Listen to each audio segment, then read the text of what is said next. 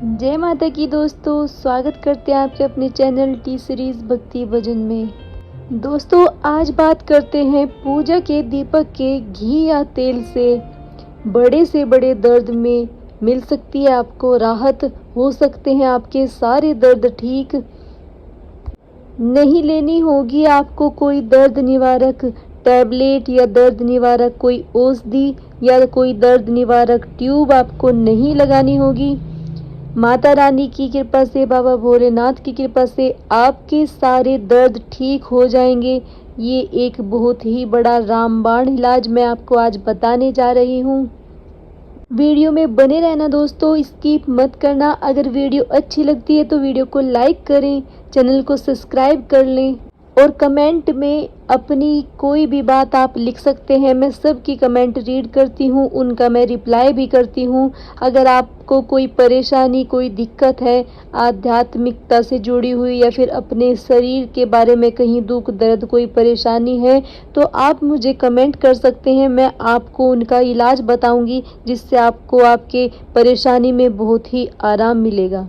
दोस्तों, आपके शरीर में अगर कहीं पर भी दर्द है, सर में दर्द है, पैर में दर्द है, पेट में दर्द है, जिसको ये बोल देते हैं कि कलेजे में दर्द हो रहा है, या फिर कहीं हाथ में दर्द है या कोई मानसिक तनाव है, जी हाँ, मैं आज आपको इतने सारे रोगों का सिर्फ एक ही इलाज बताने जा रही हूँ।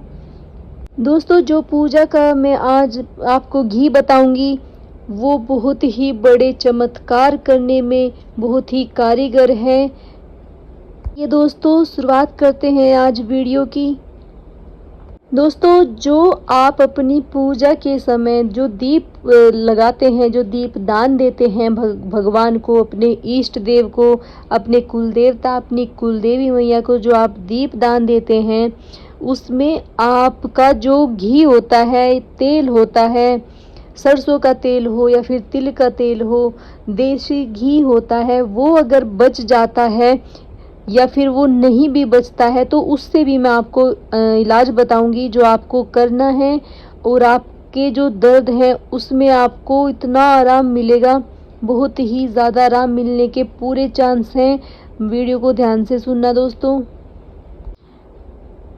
जैसे आपने अपने घर में जोत लगाई है और जोत लगाने के 1 घंटे बाद आपको कम से भी कम 2 घंटे तक का उसमें घी या तेल आपको डाल के रखना है, जिससे वो 2 घंटे तक जले।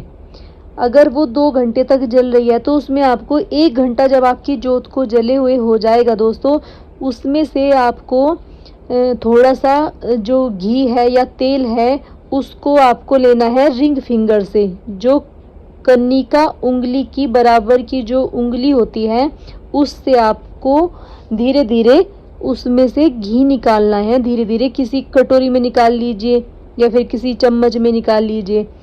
चम्मच में या घी में कटोरी में निकालने के बाद जिस इंसान को जहाँ पर भी दर्द है जिसकी बॉडी में, उसको वहाँ पर आपको तभी के तभी धीरे धीरे हल्की हल्की मसाज करनी है उस घी से, और अपने मन में ओम नमः शिवाय का जाप कंटिन्यू करते रहना है। अगर आपको भी स्वयं दर्द है तो भी आप यही कार्य करने हैं। आपको लगातार ओम नमः शिवाय का जाप करते रहना है और जहाँ पर दर्द है उसको बार बार लगाते रहना है, हाथ से चलाते रहना है। देखते ही देखते आपको 1-2 दिन में तो बिल्कुल ही आराम लगना शुरू हो जाएगा। अगर किसी को कोई ज़्यादा ही बड़ी दिक्कत है, कोई नेगेटिव ऊर्जा, क्योंकि दर्द जहाँ होता है दोस्तों वहाँ पर नेगेटिव जो ऊर्जा होती है वो आकर के बैठ जाती है और वो दर्द देना शुरू कर देती है बॉडी में। तो सबसे ये अगर आप कार्य करोगे, जो नेगेटिव ऊर्जा, जो प्रेत, जो नेगेटिव ऊर्जा उस दर्द पे बैठी हुई होगी वो तभी के तभी आपको इतना भयंकर दर्द देगी, उससे आपको डरना नहीं है। वो इतना भयंकर आपको दर्द दे सकती है कि ये मुझे छोड़ दे, ये मालिश ना करे, या फिर जो ये वो कर रहा है, इलाज कर रहा है दीपक के घी या तेल से जो ये कर रहा है, ये बंद कर दे। वो इतना दर्द आपको दे सकती है, पर आपको बिल्कुल हल्के हाथ से ये काम करते रहना है, उसको ज़्यादा दबाना नहीं है आपको। कभी आप पूरा पूरी तेज़ दबा दो, बिल्कुल धीरे धीरे, जैसे चंदा होता है, बिल्कुल चंदे की तरह, जैसे चंदे चंदे को हम स्किन पर अपनी लगा देते हैं, बिल्कुल इस उसमें आपको बिल्कुल धीरे धीरे लगाते रहना है तेल या घी को। दोस्तों अगर आपकी जो दीप है, ये दीपदान है, अगर ये अखंड दीपदान किया हुआ है आपने तो बहुत ही अच्छा है। जैसे नवरात्रों में 9 दिन की जो पूजा होती है माता रानी की, 9 दिन की जो जोत जलाई जाती है, अखंड दीपदान तो बहुत ही अच्छा है। अगर नहीं है तो कोई बात नहीं, एक दिन का भी आप दीपदान दे सकते हैं। संकल्प लेकर के आपको दीपदान देना है अपने इष्ट को, अपने कुल देवता, अपनी कुल देवी को, कि मैं आज का दीप आपको दान कर रहा हूँ, अखंड दीप। उसमें से जो ये तेल बचेगा या घी बचेगा उसका आपको ये कार्य करना है। क्योंकि दोस्तों जो आप अखंड दीपक दान दे रहे हो भगवान को, अपने इष्ट को, अपने कुल देवता को, गोगा जहारवीर हो गए, ग्रामीण देवता आपके हो गए, माता काली हो गई, माता शेरावाली हो गई, या फिर कोई और देवता हैं जो बाबा भोलेनाथ हो गए, इनको जब आप अपना अखंड दीप दान देते हो तो उनके द्वारा जो शक्ति होती है, वो ब्रह्मांडीय ऊर्जा जो शक्ति उनकी होती है, वो आकर के ज्योत में प्रकाश में होती है। अपनी जो शक्ति है, अपना जो आशीर्वाद है, वो आपको ज्योत के थ्रू ही देती है। क्योंकि जब हम पूजा प्रार्थना करने बैठते हैं तो हम सबसे पहले अपने घर में दिया प्रज्वलित करते हैं भगवान के सामने, तब हम पूजा पाठ करना शुरू करते हैं। दीपक से ही जो एक वो ज्योति बिंदु होता है, उसमें ही सारे ब्रह्मांड की जो ऊर्जा होती है, परमात्मा की जो देवीय शक्ति होती है, वो विद्यमान होती है, वो आशीर्वाद रूप आपको देती है। ये तो बात आपने देखी होगी, जिस घर में दिया जलता है रोज, उसमें अखंड जो दीपदान होता है, या फिर नॉर्मल ही जो दीपदान करते हैं, उसमें आपको तरह तरह की आकृति दिखाई देती हैं। कभी फूल बन जाता है, कभी 2 आंखें बन जाती है, कभी कमल का फूल बन जाता है, कभी खड़ग बन जाता है, तो कभी मतलब ऐसे ही अलग अलग चीज़ें आपको बनती हुई आप उसमें दिखाई देती हैं। जिस भगवान की आप उपासना करते हैं उसकी जो दिव्य शक्ति है, दिव्य अस्त्र शस्त्र हैं उनका जो भी प्रिय उनकी जो चीज़ है, वो जो जोत होती है उसमें फूल बनता है, उसी तरह का। दोस्तों जो आप अखंड दीप दान कर रहे हो उसमें आपको 1 लौंग या 2 लौंग डालनी है, एक उसमें इलायची आपको डालनी है, एक उसमें आपको काली मिर्च डालनी है।